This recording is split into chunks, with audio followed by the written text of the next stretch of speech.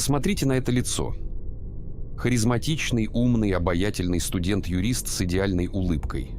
В 70-е годы Тед Банди был воплощением американской мечты.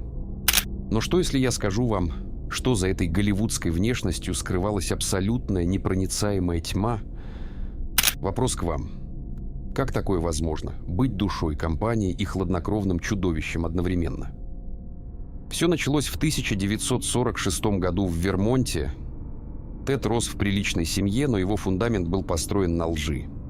Его мать выдавали за его сестру, а бабушку и дедушку за родителей. Он узнал правду слишком поздно. Эта семейная тайна стала первой трещиной в его психике, которая позже превратится в пропасть. Пока его сверстники учились доверять миру, Тед учился имитировать чувства. Без отца. В атмосфере подавленных эмоций внутри него росла пустота. Он не чувствовал любви. Он изучал ее как иностранный язык, чтобы однажды использовать против нас. В школе и университете он был звездой. Спортивный, общительный, амбициозный. Он носил маску нормальности так искусно, что никто не замечал, как его тень становится все чернее. Скажите, верите ли вы, что зло всегда выглядит пугающим? Или оно предпочитает прятаться за успехом? 71 год. В Сиэтле начинают пропадать девушки. Кому-то удается спастись, но их рассказы кажутся полиции странными. Нападавший был вежлив, красив и абсолютно неуловим. Это были первые штрихи в кровавом автографе Банди.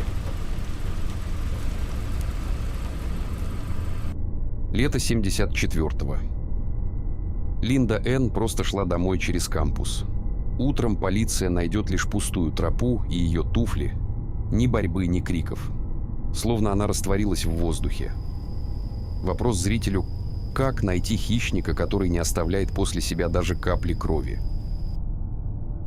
Его метод был гениально прост и чудовищен. Он притворялся раненым. Белый гипс на руке, костыли, стопка книг, которую тяжело донести до машины. Кто откажет в помощи вежливому калеке? Доверие женщин становилось их смертным приговором. В ту секунду, когда за ними закрывалась дверь его новенького «Фольксвагена», студентки, отличницы, молодые и перспективные. Исчезновения становились регулярными, охватывая штат за штатом.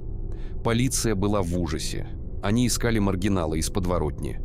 А мимо них проезжал чистенький студент на исправном авто. Банди планировал все до мелочей. Он изучал графики жертв, менял номера на машине, сжигал одежду.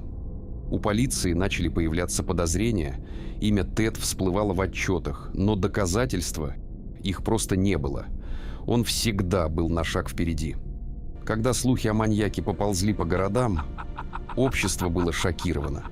Люди искали монстра со скалом, а видели соседа по парте. Как?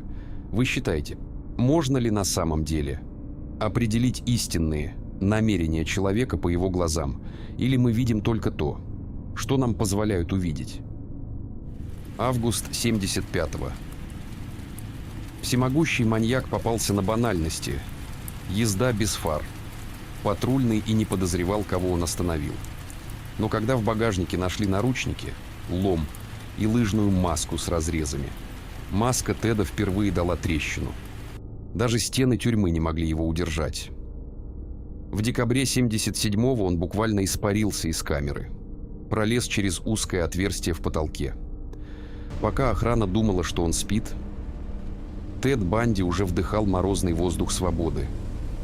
Он играл с законом, доказывая его беспомощность. Подобное случалось и прежде. Однажды он уже пытался скрыться, спрыгнув из окна суда. Прямо во время ознакомления с документами им двигало опасное чувство неуязвимости и азарт, характерный для героев триллеров. Его эго было столь же огромным, как и скрытая в нем агрессия. После побегов он больше не сдерживался.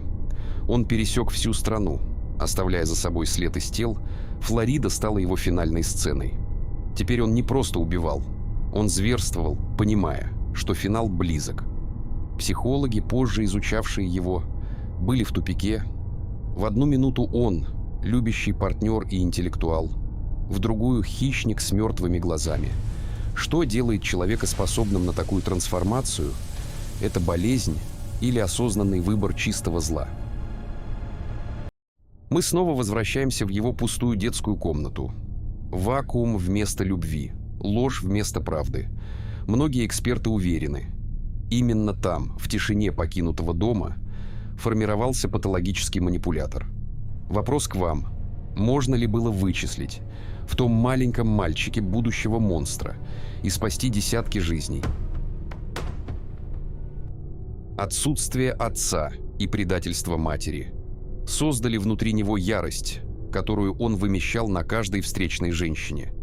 Его чувства были атрофированы, осталась лишь жажда контроля и власти. Даже понимая, что за ним идет охота, Банди не мог остановиться. Его зависимость от убийств пересилила инстинкт самосохранения.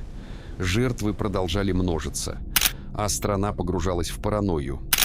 От простых нападений он перешел к ритуальным казням. Удары, удушение, скрытые захоронения в лесах. Он наслаждался властью над жизнью и смертью. Как вы думаете, в какой момент обычный человек переходит черту, после которой пути назад уже нет? Полиция разных штатов не обменивалась данными. Улики терялись, а Тед продолжал улыбаться в объективы газетчиков. Система была не готова к преступнику такого типа, образованному, чистоплотному и социально адаптированному. В новостях сделали из него рок-звезду.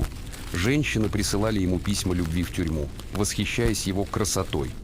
Это был массовый психоз. Общество в панике искало маньяка, но одновременно оно было им очаровано. Его главным инструментом всегда оставалось доверие. Он знал, на какие внутренние струны нажать, чтобы жертва пошла за ним добровольно. Это высшая степень цинизма – использовать человеческую доброту как ловушку. Февраль 78-го. Последний арест. Снова украденная машина. Снова случайная проверка документов. На этот раз удача отвернулась от него навсегда. Суд над Банди стал первым в истории, который показывали по телевизору. Он сам защищал себя, шутил, заигрывал с прессой. Но когда обвинение предъявило неопровержимые следы его укусов на телах жертв, маска окончательно рассыпалась. Психиатры пытались заглянуть в его мозг, ища опухоли и аномалии. Но физически он был здоров. Зло было не в плоти, оно было в самой его сути.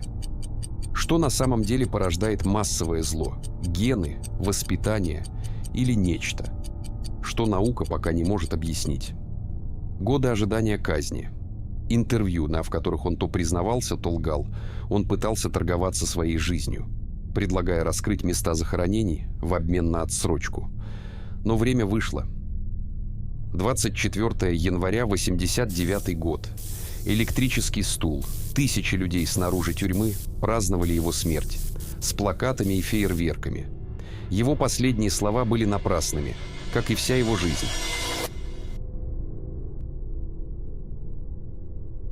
Прошли десятилетия, но мы все еще снимаем о нем фильмы и пишем книги.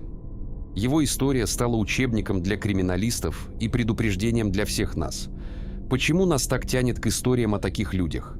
Это поиск ответов или скрытый страх? История Теда Банди – это не просто триллер.